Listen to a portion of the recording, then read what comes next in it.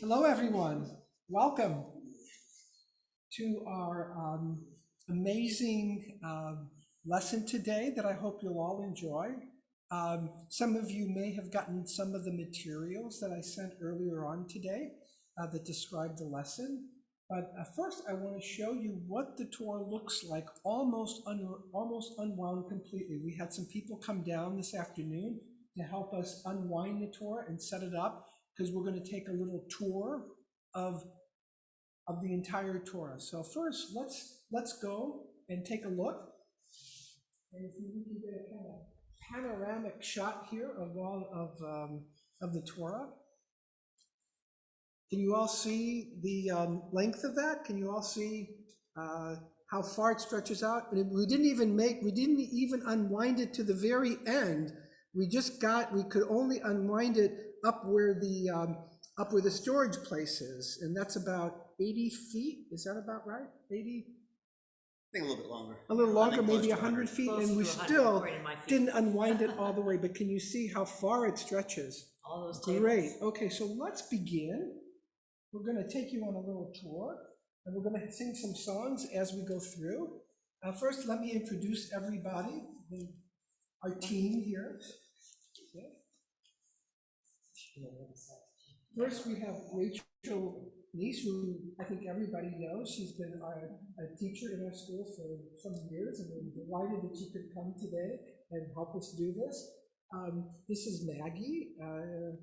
She's my wife, but she's also my assistant and keeps me on track. We have Connor Furman, who also came down and helped set up tables and helped us unwind, so we're really grateful for that. David Furman also came down and again helped us set up tables, helped us unwind, and of course we have our cantor Molly. All right. How are we doing so far online? Good? Can you all hear us fine? Okay. Yes. All right, so we're going to begin right here at the very beginning. We need a yard.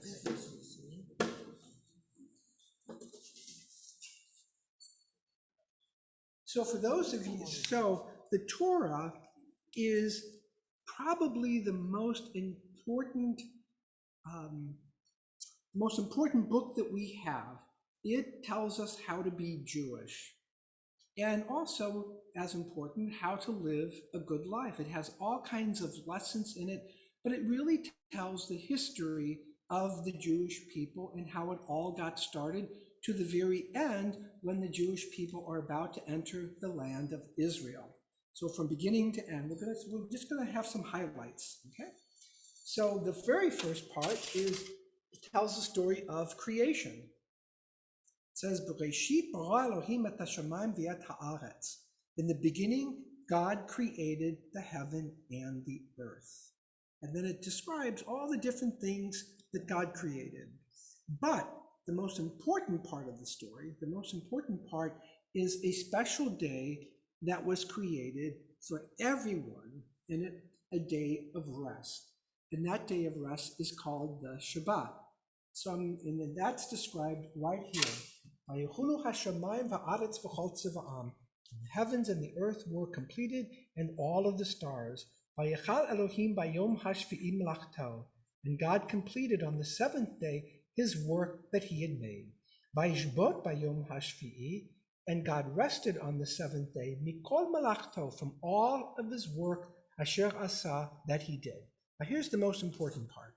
Vayivarach Elohim et yom hashvi'i, and God blessed the seventh day, vayikadesh oto, and made it holy. Kivo Shavat, because on that day, Shavat, he rested mikol malachto, from his work, asher bara Elohim asot, that God created doing. That's a pretty literal translation, but you get the idea of the importance of the Sabbath very early on. And we observe the Sabbath every Friday and every Saturday. And we do it by sometimes lighting candles, by having a special meal, and just thinking about resting from all the work that goes on in the course of the week. And we have a song that we're going to sing in honor of the Sabbath. It's called Shabbat Shalom. All right, so it's Bim Bam. Molly, would you like to lead us in that? If everyone will sing along with me. Sure, of course. Bim bum. So we start with bim bum. Bim bum, bim bim bim bum, bim bim bim bim bim bum, bim bum, bim bim bim bum, bim bim bim bim bim bum. Shabbat shalom, Shabbat shalom. Shabbat, Shabbat, Shabbat, Shabbat, Shalom. Shabbat, Shalom. Shabbat, Shalom. Shabbat, Shabbat, Shabbat, Shabbat, Shalom. Shabbat, Shabbat, Shabbat, Shabbat, Shalom. Shabbat, Shabbat. Shabbat, Shabbat, Shalom. Shabbat, Shalom. Shabbat, Shalom. Shabbat, Shabbat, Shabbat, Shabbat, Shalom. Shabbat, Shalom. Shabbat, Shalom.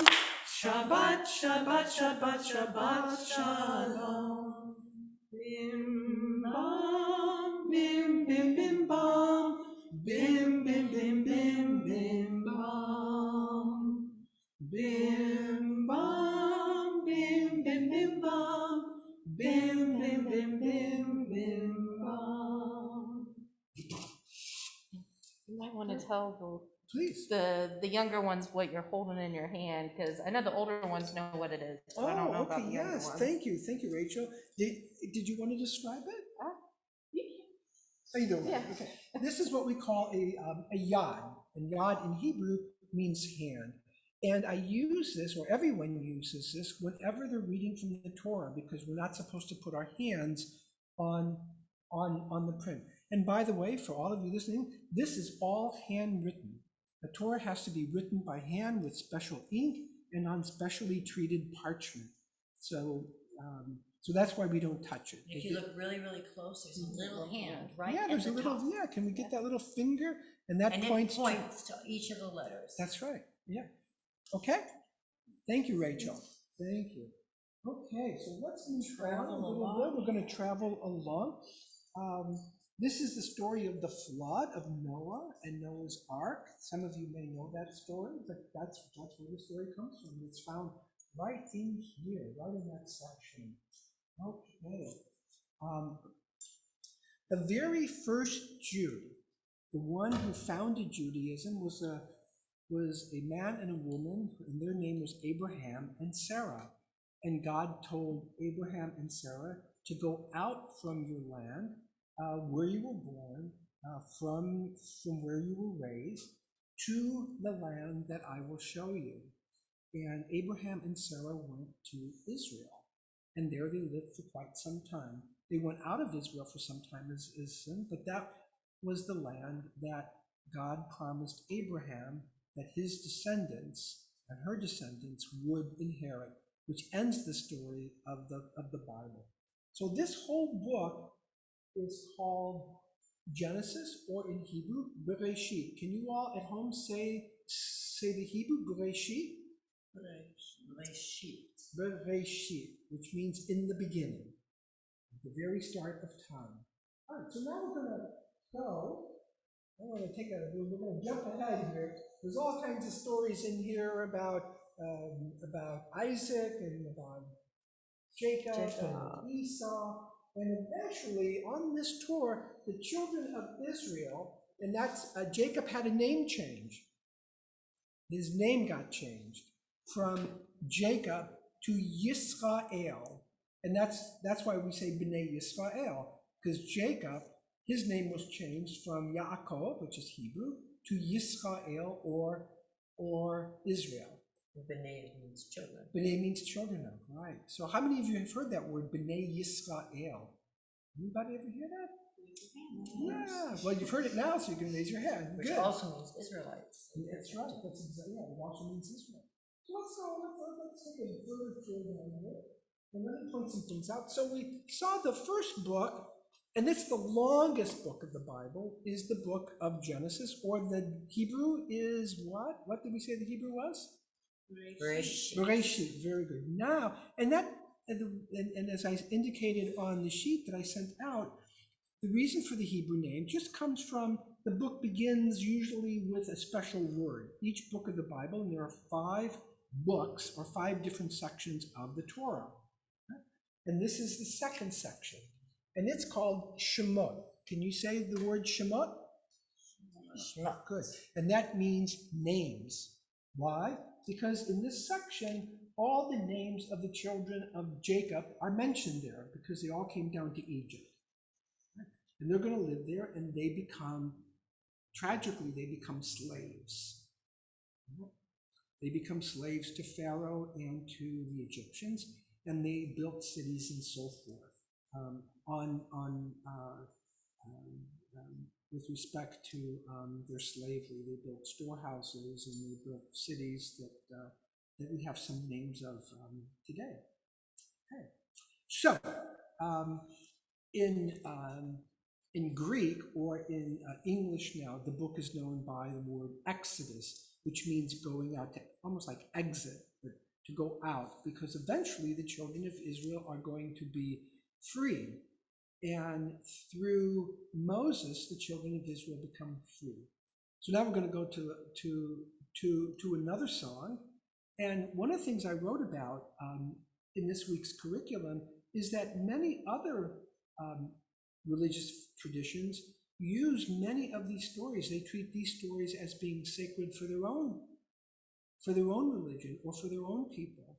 And this is a spiritual, and it's called Let My People Go. Maybe some of you have heard that. Has anybody ever heard Let My People Go? Maybe sometimes you sing it. So Molly, I'm going to ask Molly once again to join, to kind of lead us. Just do a little verse of it. Yeah, just one. But it kind of starts, it might be familiar. If it is, sing along. Yeah, sing along. Everybody should sing along. When Israel was in Egypt's land, let my people go. Oppressed so hard they could not stand, let my people go. Go down, Moses, way down in Egypt's land. Tell Pharaoh to let my people go. Beautiful. Thank you. Thank you for that. So in the book of Exodus or in the book of Shemot, we have the story of Moses and the children of Israel who are enslaved, and eventually they are redeemed. And the way the story is told was that God empowered Moses to be able to set the children of Israel free. And so they marched in the wilderness, and they came to the Red Sea. And they didn't know how to get across the Red Sea. So in the story, we come over here, and I want to show you how this is written.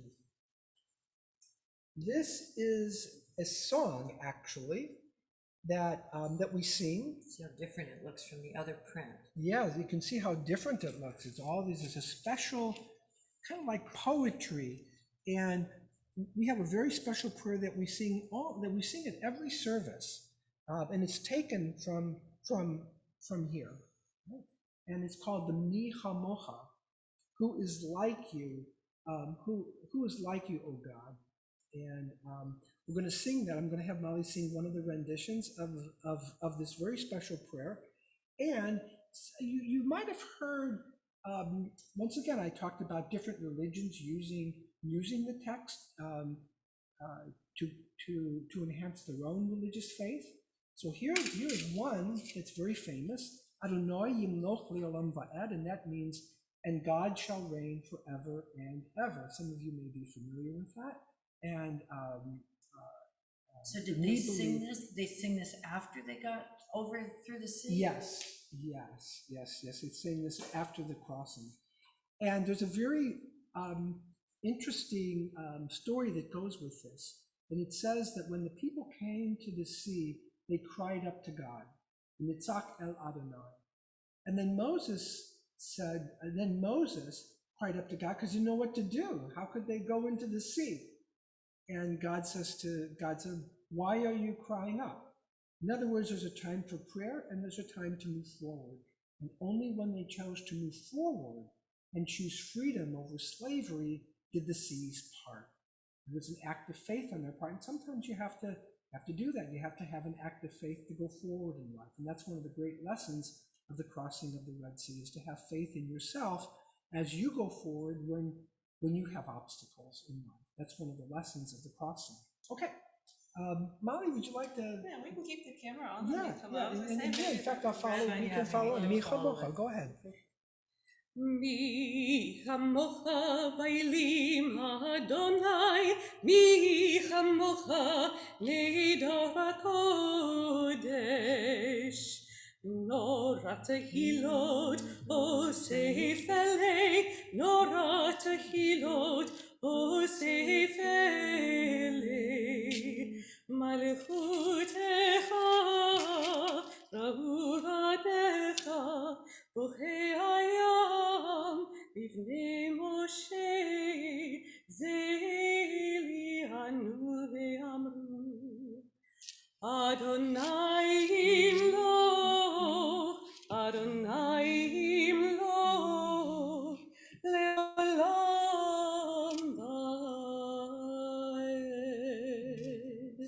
Very beautiful. Thank you.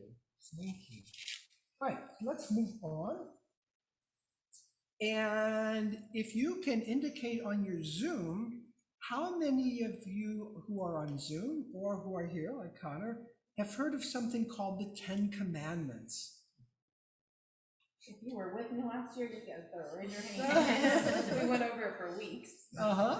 Okay. Is anybody on Zoom raising your hand? Okay, well, I'm going to show you something very special.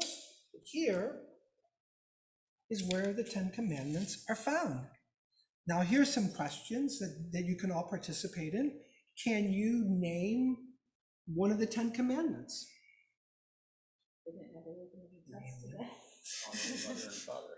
There you go, that's a good one. Yes, honor your father and your mother. And it's interesting, that's the only commandment of the 10 that you receive a reward for. It says, here it is, Habeit et avicha v'et imecha, honor your father and your mother, lama'an yarichun yamecha al ha'adamah, in order that your days may be lengthened upon the land, asher Adonai Elohecha noten lach, that God, your God, has given to you. You get to live a long time if you're good to your parents. So if you're good and you inherit all the traditions that are taught to you by your parents, you're going to benefit. Maybe not you personally, but everyone of the next generation. If we build on the accomplishments of our parents, the world gets a little bit better each time. Any other? That was nice that Dad shared one. Does anybody know? Do not steal. Do not steal. That's correct, and that is right here. Lo tignov. Do not steal. Do not kill. Gotta say it. Do not kill. Right. That's another one. Lo tirtzach. Do not kill. You don't. And the reason for that is, well, one of the basis for all of these laws, and your dad's a lawyer, and I think Michael's a lawyer, but a lot of the things that form our laws today come from or are derived from many of the ideas that are in the Torah. For example, not killing, that's a crime, or stealing. Okay. Did you know that there's a commandment about jealousy? It's the very last commandment. You shouldn't be envious of what your neighbor has. You shouldn't say, oh, my neighbor's got this, and therefore I have to go have it. It tells us not to be jealous or be envious of what others has, and by implication, that means we should be content and love what we do have. Okay. So that's the 10 Commandments. And you remember we talked about how important the Shabbat is? Okay. So the Shabbat is one of the 10 Commandments. And Zachor et Yom HaShabbat l'kadsho. Remember the Sabbath day to keep it holy. Sheshet Yamim ta'avod v'asita kol malachtecha. 6 days you shall work, and you shall labor, and you shall do all of your work. Vayom hashvi'i, but on the 7th day, Shabbat l'Adonai Elohecha. It is a Sabbath to the Lord your God. Why? And you're not supposed to make anybody else work. Why? Ki sheshet yamim, For on 6 days, Asa Adonai et hashamayim v'et haaretz, God made the heaven and the earth. Al kain, therefore, Berach Adonai et Yom HaShabbat v'kadshehu. God blessed the seventh day and made it holy. Remember when we were in Bereshit, way back there? Remember that, way back there? And we talked about the Sabbath? Well, that's what they emphasize once again here in the Ten Commandments. So Bereshit, the beginning, is connected right here centuries later. It was like created there and Yep. still talked And it's about still here. here, right. Okay. Probably Very, mentioned down there too, isn't it? yes, it's Of mentioned course. on it. So let's go a little further. And this, now we're into the third book. We have 5 books. So how are we doing on time? 5:25. Oh, good. Okay, so we're doing fine. I promise you we will be done no later than 6 o'clock. Okay? So it won't be that much longer. You should show That's them great. how long the Yes, three books yes. are. Yeah, let's take a look here and see how far we've So come. those are the 3 books. We're at the beginning of the third, yes. Or those are the second 2 books. The that's two right. books. Yeah, Two two. books. Those are just 2 books of the Torah. Or And it two- takes people a year to write this? At least a year, Yeah. at least a year. Scholars. That's right. It takes a that's someone scribe, who is- somebody writing, to actually write a complete Torah. And there can't be any mistakes in it. In other words, you can't make an Get error. rid of the It whole has to, section. yeah, if they make a mistake, they have to take out a panel and fix it. Yeah, show them the sections too. Yeah. So it'll So be a here, section if and you- they'll take out a this whole is a section section. and So start that's a over. section. it goes Right back. there. And they over. write it with a pen that looks like a feather. So my artist people, because I know there's a couple of them, those illuminated manuscripts that they did in the Middle Ages that Yes. the kids might know about, Oh, who were the original scribes. Mm. It wasn't the monks in England, it was probably the Right. Jews in Israel at some point. yeah, and they pass this on from generation to generation. Now, there's 2 ideas about when the Torah was actually written. 2 ideas. One idea is that Moses himself wrote the entire Torah when they received the 10 Commandments. That's one idea. And but there's another idea that says that the Torah was actually written, inspired by God, but written by human beings and written over a period of time. The Torah, as we see it here, is believed to be, the scholars are pretty much in agreement that the Torah was completed by 525 BCE, before the Common Era. So you take 525, right, and then you add to that 2100, this Torah, not this Torah itself, but the Torah itself, in copies, about 2,600 years old. And we still honor it today as part of our tradition. Okay, so far so good? Okay, thumbs up? All right, let's go further. So the third book is called Vayikra. Can you say the word Vayikra? Very good. And in English or in Greek, it's referred to as the book of Leviticus. The book of Leviticus, you can hear the word Levite in there. It deals a lot with how they used to pray in very old times. They used How would to, you translate Vayikra? no, not spoke, but really proclaimed. Crying Yeah, out. called out, Yeah. right. And God is going to tell Moses how to pray, how people are to pray in those days. And what they used to do is they used to bring the best of what they had to offer, and they would sacrifice it to God. Now, today we don't do that. What we do is we sacrifice our time. We pray. And all prayer is our attempt to communicate with God. That's really all the prayer is. So when we think about prayers, and we pray together, just like we did on Rosh Hashanah and Yom Kippur, and like we do every Shabbat, we are really, it's our way of talking to God in a very special way. So we went from sacrificing property like animals, that because they wanted to give God their very best. We've gone from that to now we have words. We have what's called a siddur. And in fact, in a few weeks, we're going to make sure that everybody has a siddur in their home. So if Zoom continues, sometimes we're going to refer to the Siddur and as our gift to you. All right, let's move on. Okay. That's right here. Oh, thank you. Yes, yes, yes. Okay. How many of you have heard the phrase "V'ahavta l're'acha"? Probably not in the Hebrew, excuse me. And you shall love your neighbor as yourself. Anybody ever hear that phrase? Kind of, what do you think that means? Treat others how you want to be. Yes, kind of like the golden rule. Yeah, you treat others the way that you would want to be treated.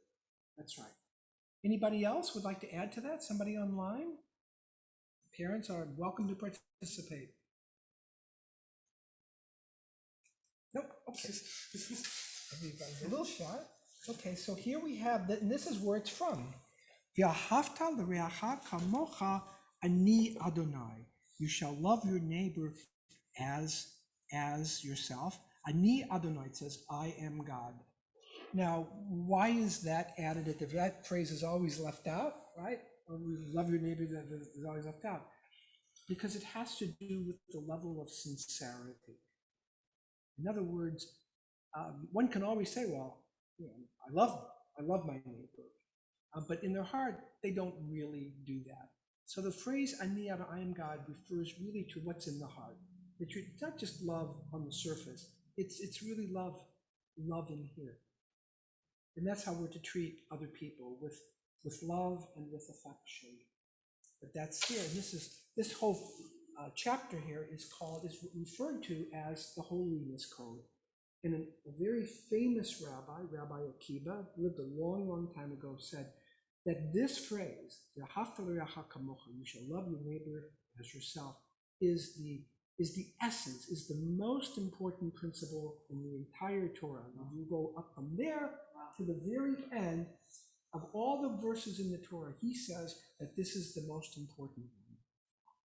Yeah, that's pretty good. Okay.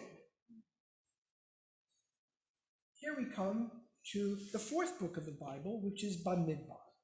It means in the wilderness. So the children of Israel now are in the wilderness, and they're wandering from place to place. That generation is not going to make it to Israel. It's going to be the next generation. How many the years are they generation. in the desert? Good question. 40 years. 40 years they are in the wilderness. They're going to live their life there, and then their children are the ones that are going to inherit the land of Israel. That means the children are gonna live in Israel. That's right. That's right. The children will eventually come and live in Israel. So here's a very, very famous passage. Some of you may know this as what's called the priestly blessing. And right here, I'll read it. It says, Yivarechecha Adonai v'yishmerecha, may God bless you and guard you. Ya'er Adonai panav elecha v'chuneka, may God shine God's face or God's light unto you and be gracious unto you. Yisa Adonai panav elecha, may God always lift up God's presence unto you. V'yasem lecha shalom, and place upon you shalom. Does anybody know what shalom means? What does shalom mean? Anybody? Peace, that's right. In other words, what we want most of all, the most important blessing that we ask for is peace. We want to have peace between ourselves, and we want to have peace in the world. And that idea is expressed right here, right in all of this few verses. Okay. Let's move a little further on. Need your glasses? Yeah, I do need my. That's probably not. But yes, and here is the last thing, and I'm going to finally take my guitar. I'm going to take it off of her. Thank you. And there's a song that we sing all the time, but most people don't know the origin of the song. It's the Matovu. Matovu ohalecha Yaakov mishkanotecha Yisrael. That means, how goodly are your tents, O Jacob, your tabernacle, or your sanctuary, O Israel. So, who said this? Actually, somebody who was paid good money to curse the children of Israel. Why? Because the children of Israel became very famous in the wilderness. And people got very afraid because they were doing so well. And they were afraid they were going to conquer other nations that were in that area. So one king got it in his head that if you could get a prophet to curse the children of Israel, then they would be cursed, and then you wouldn't have to worry about the children of Israel. And when it came time for this prophet, who was paid good money to do this, God saw them. He rode his horse to like the outskirts of the camp, and he wanted to curse them, but he couldn't. When he saw how beautiful and how peaceful the children of Israel were, and how they were living, he said, Ma tovu halacha Yaakov, how goodly are your tents, Yaakov, Jacob. And remember, Jacob's name got changed to what? Yisrael, right. So he first says, that your tents are like Jacob. In other words, you just like, your homes are nice. However, when he saw Mishkanotecha, your tabernacle, you could say that the Jewish, our ancestors, these early Jews, transformed their homes into tabernacles, into sacred, really sacred space, by the way that they were treating each other, by the way that they were, when the prophet saw them, he couldn't help but do that. And now we've taken his words and we make that a part of almost every service. And we're gonna do two renditions. We'll do the Friedman one as well. And I think some of you have, you may have heard this because we sing it at almost every service. Is that good? Sure. Go ahead. Ma tovu ohalecha Yaakov mishkenotecha Yisroel. Again. Ma tovu ohalecha Yaakov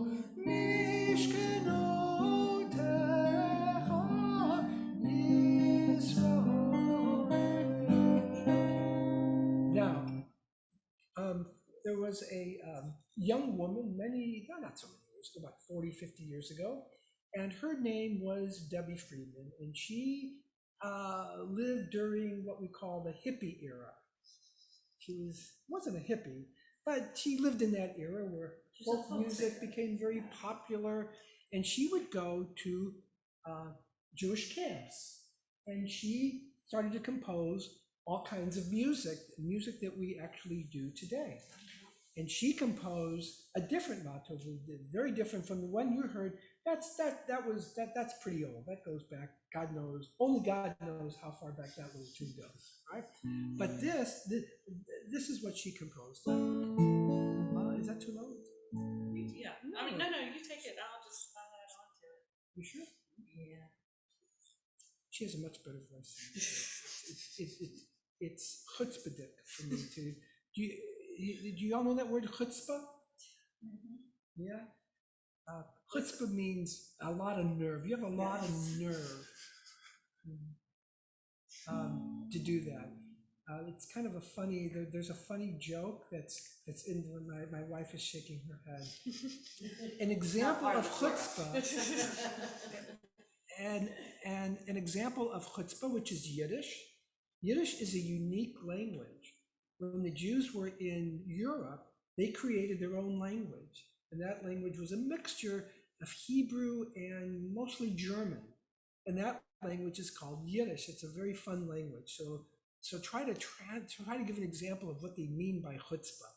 So one example is you have a child who does something really bad. He kills his parents and then throws himself on the mercy of the court, claiming that he's an orphan. That's chutzpah. Why? Because, well, the person made themselves and orphan, yeah, you shouldn't really use that one very much, but that's one example of a chutzpah. So, And the parents will say that. For the kids, chutzpah, it would be like if your friend did something bad and they didn't want you to tell, but you told anyways, even though your friend didn't want you to, that would be chutzpah for them. yeah. Courage of those. Now, here's a better example of chutzpah. I got a better one. Okay. Okay. So, say for example, you see someone, say you're taking a test, okay, and you look over, you can't help it, you look over to your friends, to the person you're sitting next to, and you see an answer. And you decide, well, that looks like the right answer, I'm going to put that down. And all of a sudden you get caught, right? And you say, as your defense, well, if it hadn't been in plain view, I never would have been able to have cheated. That's chutzpah. Okay. Let's do matov. Let's get off the subject of chutzpah. Matovu ohalecha Yaakov, mishkelotecha Yisrael. Matovu ohalecha Yaakov, mishkelotecha Yisrael.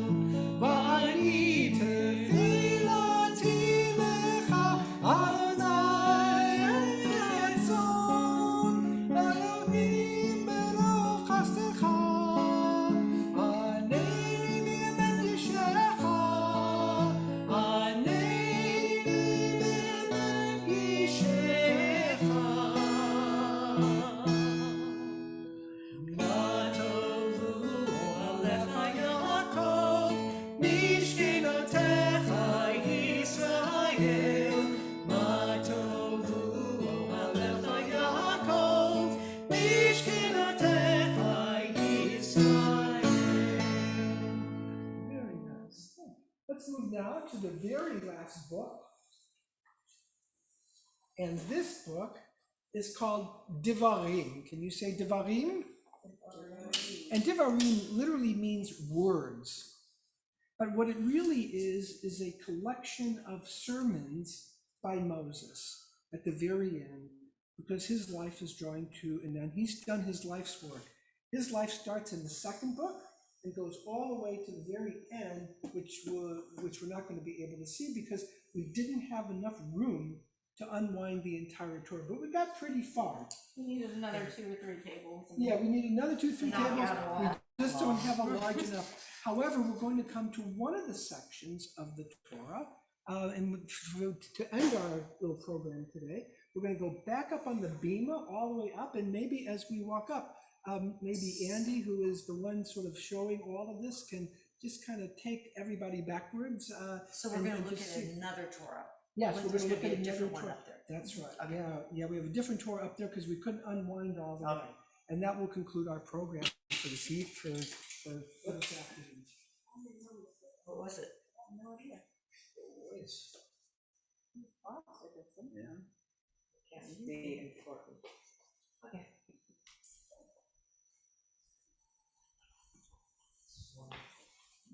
You don't have to rush. You can kind of take your time.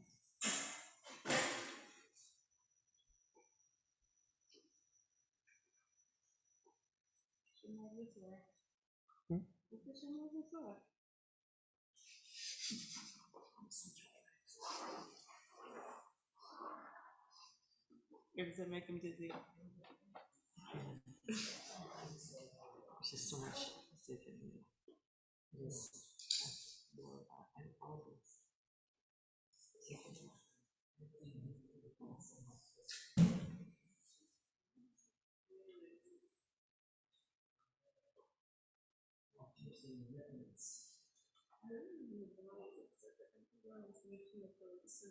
Oh, there's several.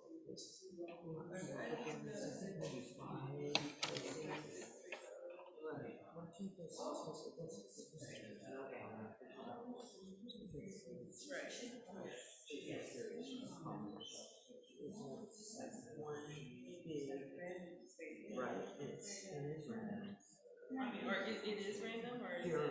very. doesn't correspond the way you're looking at it in March. We might When be you're looking inside of one, of a book, it doesn't necessarily correspond. Yes.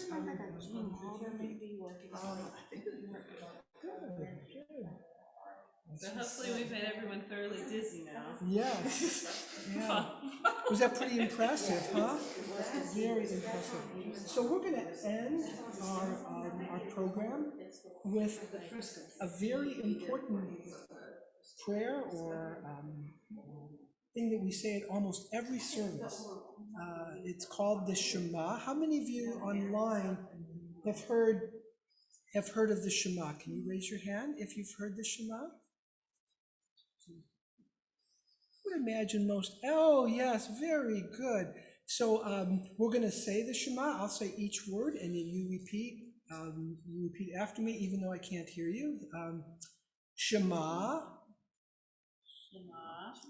Yisrael, Adonai, Adonai, Eloheinu, Eloheinu, Adonai, Echad. Echad. In fact, let's do that one more time. This time, I'm going to point out where the Shema is. It's right here. Let's see it. Shema, Shema, Yisrael, Yisrael, Adonai, Adonai, Eloheinu, Eloheinu, Adonai, Adonai, Echad. Echad. And right after that comes a prayer that comes a prayer that we also chant. It's called the V'ahavta, and we're going to do that as well. We probably don't know the V'ahavta, but I'll bet you know the Shema pretty well. So we'll do the Shema 2 ways. We'll do the traditional, and then we'll do Debbie Friedman, who wrote once again all these beautiful melodies that we use in our service. Traditional? Yeah, traditional first. Yeah. Shema Yisrael Adonai Eloheinu Adonai Echad. Let's do that together. Shema Yisrael Adonai Eloheinu Adonai Echad. Now let's do the David Friedman, and then we'll read them in the V'ahavta.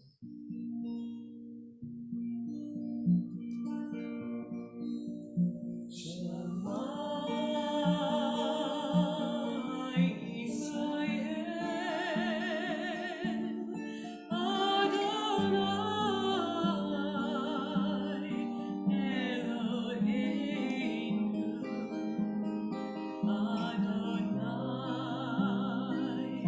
Adonai Echad. One more time. Shema Yisrael Adonai Eloheinu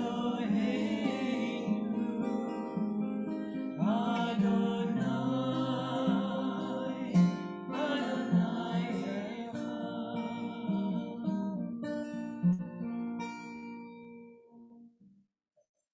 And we'll follow along in the Hebrew. Go ahead.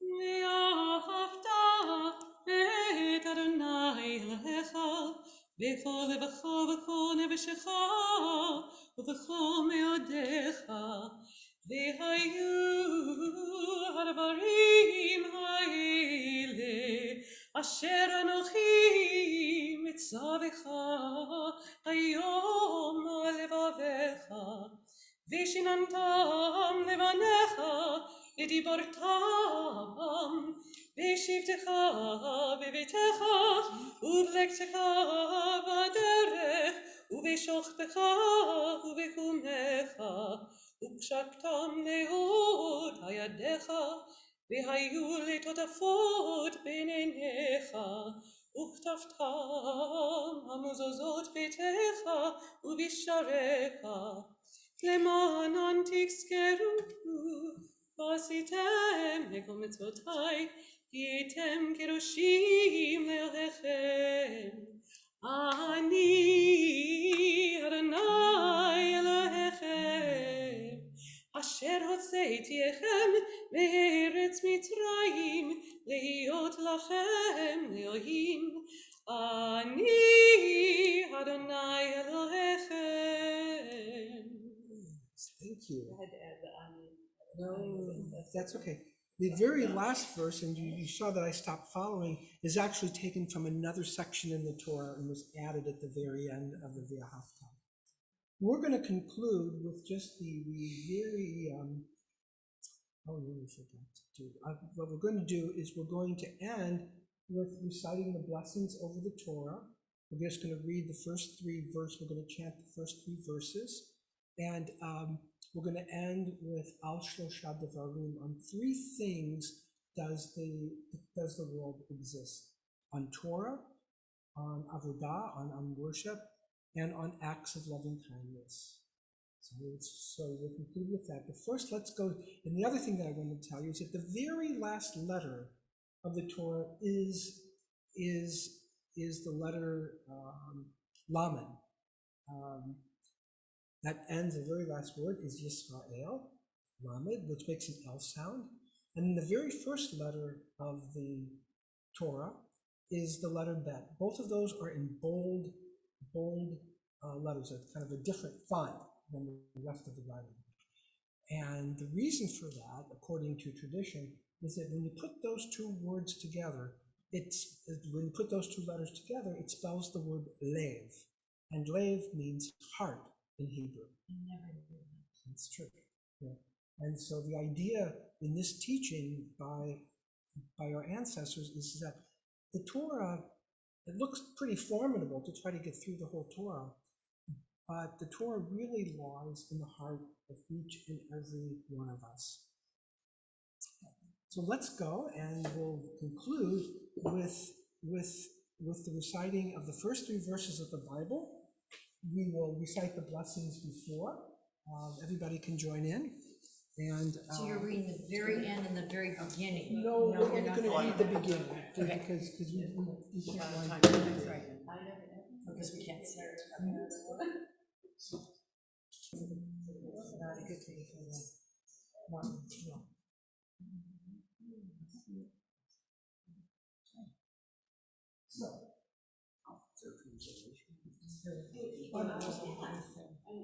Connor, you want to come?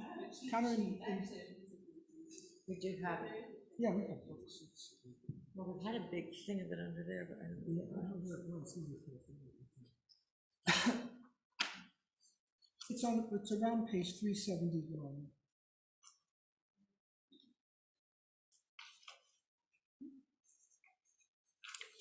What's the Mishnah prayer?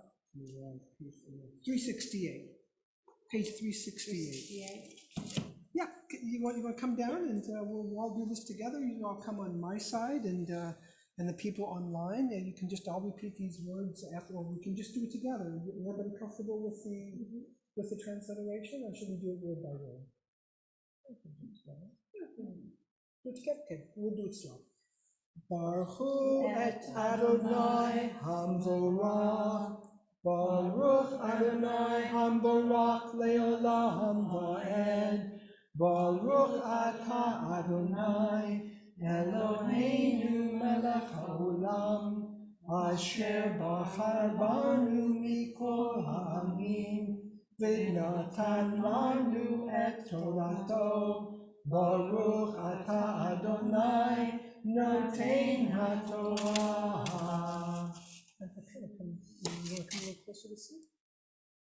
Because there's that bold letter you were talking about. Right, How that's it the is bold different. letter. You see, that's the bet there. Bereshit bara Elohim et hashamayim v'et haaretz. In the beginning, God created the heaven and the earth. Haaretz hayata tohu vavohu, and the earth was dark and unformed, was void and a nullity. V'choshech al pnei techom, and darkness was over the face of the deep. V'ruach Elohim, and the Spirit of God, mirachefet al pnei hamayim, hovered over the face of the waters. Vayomer Elohim yihi or, and God said, let there be light. Vayihi or, and there was light. Vayar Elohim et haor, and God saw the light, ki tov, that it was good. Vayavdel Elohim, and God divided bein haor uvein hachoshech, separated the light from darkness. Vayikra Elohim la'oyom, and God called the light day, v'lachoshek kra laila, and darkness he proclaimed to be night. Vayhi erev, vayhi voker, yom echad, and there was evening and there was morning one day. Is it together? Baruch atah Adonai Eloheinu melech haolam asher natan lanu Torat emet v'chayei olam nata b'tochenu. Baruch atah Adonai noten haTorah. So now we'll do I just want to add just a kind of footnote to everything that we've learned. And this is more for parents as you talk to your children in the course of the week. For something to be true, it doesn't necessarily have to be literally true. In other words, when you look at science and think of creation and so forth, we're always uncovering the mysteries of creation. And so the Torah is just a way for us as simple people just to understand creation and our belief that there was some type of force behind all of this. But we're uncovering all the time new things about how the universe was formed. And so when we read these things, we don't read them in a literal way. This is exactly how it happened, but rather just the idea that there was some structure to how the universe came into being. And that this just isn't all some type of accident, even if you subscribe to the Big Bang theory. That's just a belief and a way for us to stay connected to the Torah, and yet be able to love science and then love all the things that teach us new things, not only about the universe, but the world around us. So we're going to end with a song that's from an ancient teaching. It's Al Shlosha Devarim. Al Shlosha Devarim, Al Shlosha Devarim, Al Shlosha Devarim, Ha'olam Omein. Al Shlosha Devarim, Al Shlosha Devarim, Al Shlosha Devarim, Ha'olam Omein. Al HaTorah, Ve'al HaAvodah, Ve'al Gemilut HaSadim. Al HaTorah, Ve'al HaAvodah, Ve'al Gemilut HaSadim. Thank you all for coming, and I hope you enjoyed this little tour of the Torah. We want to thank David and Connor and Rachel and Molly and Maggie for all their help in doing this, as well as Andy. Yeah, there's Andy for really the man behind the camera, the director of this program, and David and Danette Menaker, who were also here earlier, helping us set up. I wish you all a Shavua Tov. Have a good and successful week. Thank you, Rabbi. It was wonderful. Thank you. Thank you.